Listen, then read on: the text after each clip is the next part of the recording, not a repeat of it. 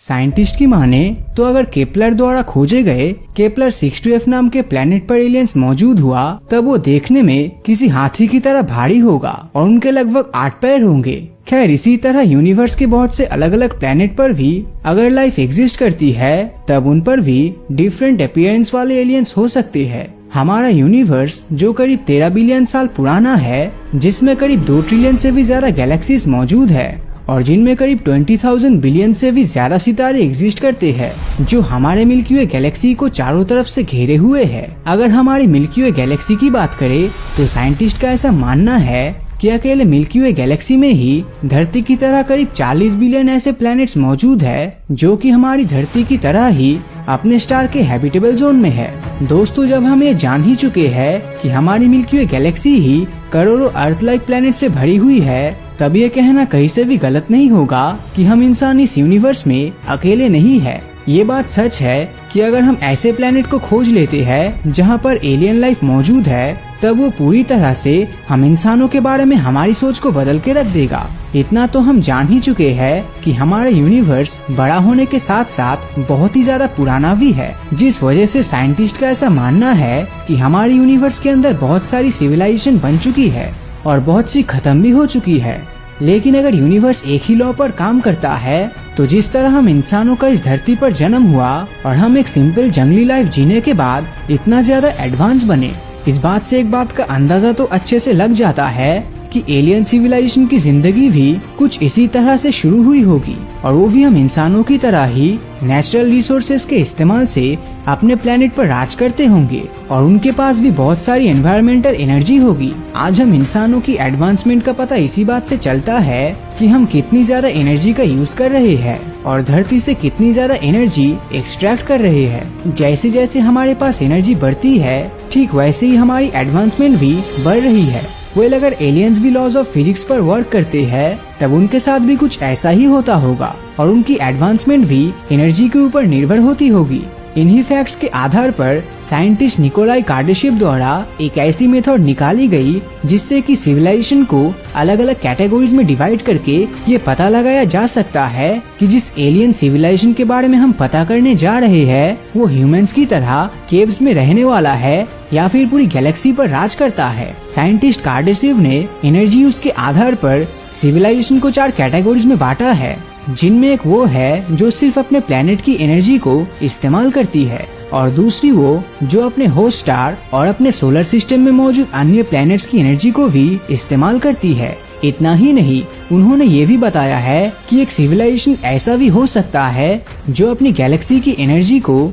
इस्तेमाल करने की क्षमता रखता हो और साथ ही एक और ऐसी सिविलाइजेशन भी एग्जिस्ट करता होगा जो बहुत सारी गैलेक्सीज की एनर्जी को भी इस्तेमाल कर सके। इन कैटेगरीज को देखकर इस बात को कोई नकार नहीं सकता, जिनके पास ज्यादा अमाउंट में एनर्जी होगी वो एडवांस भी उतना ही ज्यादा होगा और जब वो एडवांस होगा तब वो रेडियो सिग्नल का यूज तो जरूर करता होगा। लेकिन अगर कोई एलियन सिविलाइजेशन स्पेस में रेडियो सिग्नल्स को ट्रांसमिट नहीं कर पाता तब शायद वो उतना ज्यादा एडवांस नहीं होंगे कि हम उसे खोज पाए, क्योंकि रेडियो सिग्नल किसी एलियन सिविलाइजेशन को खोजने के लिए सबसे मिनिमम टेक्नोलॉजी होती है। हालांकि अगर वो एलियन सिविलाइजेशन इंसानों जितनी ही एडवांस है और हमारी तरह ही रेडियो सिग्नल्स का यूज कर रही है तब भी हम उसको नहीं खोज सकते, क्योंकि इंटरस्टेलर स्केल पर हमारी धरती से भेजे गए रेडियो सिग्नल्स सिर्फ 200 लाइट ईयर्स तक ही जाती है, जो कि मिल्की वे गैलेक्सी का एक बहुत ही छोटा सा हिस्सा है। इतना सब कुछ जान लेने के बाद आप सब ये तो समझ ही गए होंगे कि हम इंसान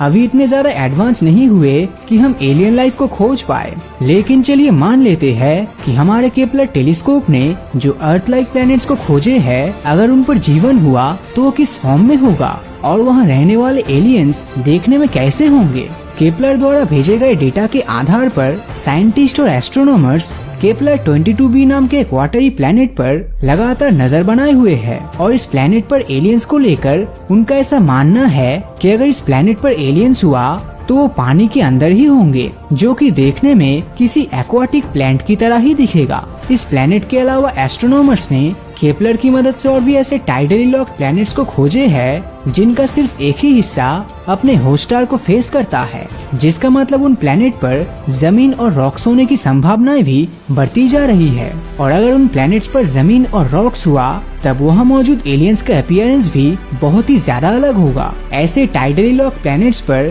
टेम्परेचर को मेंटेन रखने के लिए बहुत ही ज्यादा तेज हवाएं चलती है, और अगर इन प्लैनेट्स पर लाइफ हुआ तब वो उस साइड पर होगा जो साइड होस्ट स्टार को फेस नहीं करता हो। अब इन तेज हवाएं और लैक ऑफ सनलाइट की वजह से यहाँ जो एलियंस होंगे वो देखने में फिल्टर फीडिंग स्ट्रक्चर के होंगे, और ऐसा इसलिए क्योंकि तेज हवा में ऑर्गेनिक पार्टिकल खुद उनके मुंह में चले जाएंगे और इस तेज हवा में उन्हें पार्टिकल्स को फिल्टर करके ही कंज्यूम करना होगा, जिस वजह से उनका शेप कुछ इस तरह का होगा जिसे हम लैंड व्हेल भी कह सकते हैं। अगर केपलर द्वारा खोजे गए केपलर 62f नाम की प्लेनेट की बात करें तो उस पर एलियन लाइफ और उनके अपीयरेंस को लेकर साइंटिस्ट का ऐसा मानना है कि अगर वहाँ एलियंस हुआ भी तब भी वो देखने में किसी ड्वार्फ हाथी की तरह ही होगा, और उनके 4 नहीं बल्कि 8 लेग्स होंगे जो कि नेचुरली हाई मास और हाई ग्रेविटी वाले प्लेनेट पर उन्हें बांध के रखेगा। हम इंसानों ने इतने सालों की स्टडी के बाद ये पता लगाया है कि एलियन सिर्फ प्लेनेट पर ही एग्जिस्ट नहीं करता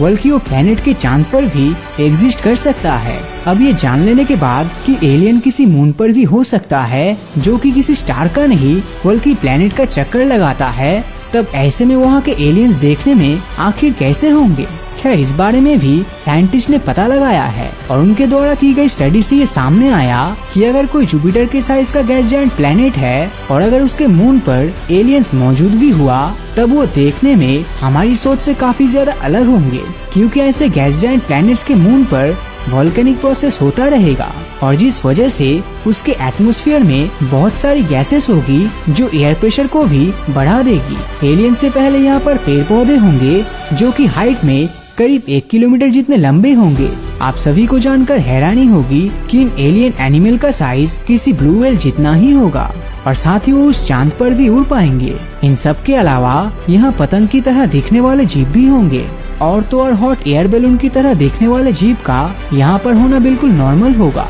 केपलर द्वारा खोजे गए इन सभी प्लैनेट्स के बारे में जानकर एक बात तो साफ होती है कि अगर यूनिवर्स में मौजूद ज्यादातर प्लैनेट्स इन्हीं प्लैनेट्स की तरह है तब वहाँ रहने वाले एलियंस भी ऐसे ही होंगे जैसे इन सभी प्लैनेट्स पर रहने वाले एलियंस हो सकता है। खैर अभी इस बारे में कोई सटीक जानकारी तो नहीं लग पाई है कि एलियन सच में होता है कि नहीं। उनके अपीयरेंस के बारे में हमारे पास कोई जानकारी नहीं है, पर हम इंसान इतने एडवांस तो हो ही चुके हैं कि किसी प्लैनेट की जियोग्राफिकल कंडीशन को देखकर ही हम वहाँ जन्म लेने वाले जीवों के अपीयरेंस का पता लगा सकते हैं। उम्मीद है जेम्स वेब टेलीस्कोप हमारी इन एजम्पशन की एक्यूरेसी को जज कर पाएगा और हमें बता देगा कि क्या एलियन सच में होता है कि नहीं। और ये भी जरूरी नहीं है कि जैसे हम एलियंस को हमारे इमेजिनेशन की तरह 2 आँख, 1 नाक, मुंह और 2 कान के साथ हो, बल्कि वो देखने में हमारे सोच से बिल्कुल उल्टा भी हो सकता है। खैर जो भी हो वो तो हमें वक्त आने पर पता चल ही जाएगा।